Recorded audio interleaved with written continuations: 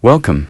In this complete step-by-step tutorial, you'll learn how to activate noise cancellation in Skype while using your smartphone, whether you're on Android or iPhone. Background noise, like fans, traffic, kids playing, or keyboard typing, can ruin the clarity of your voice during Skype calls. Fortunately, Skype offers a feature called noise suppression or noise cancellation that helps block out unwanted sounds and make your voice clearer. Let's go through how to find and enable this feature using your phone. Before anything else, make sure your Skype app is up to date. Go to Google Play Store, Android, or App Store iPhone. Search for Skype, tap Update if it's available. This is important because the noise cancellation feature is available in newer versions. Launch the Skype app from your phone and sign in if you haven't already. Now tap on your profile picture or initials icon in the top, middle, or top left corner. Then scroll down and select Settings.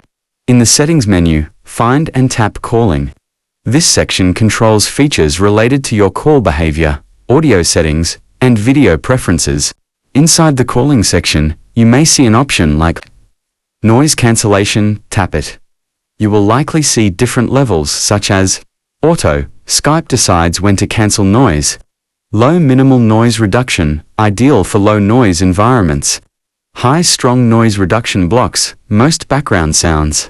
Off, no filtering, sends all audio. For best clarity, especially in noisy environments, select High for better results. Combine noise cancellation with using earphones or a headset. Avoid placing your phone near fans, loudspeakers, or rustling objects during a call. And that's it. You've now set up noise cancellation on your Skype mobile app, helping your voice sound clearer and more professional, whether you're working remotely, attending meetings, or just chatting with friends. And that's it.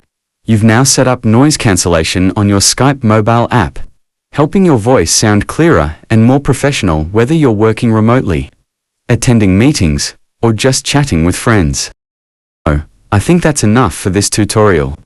If you have any questions, please let me know in the comments sections below. And if this video helped you out, don't forget to give thumbs up and subscribe to this channel for more tutorial video. Thanks for watching, and see you on the next video.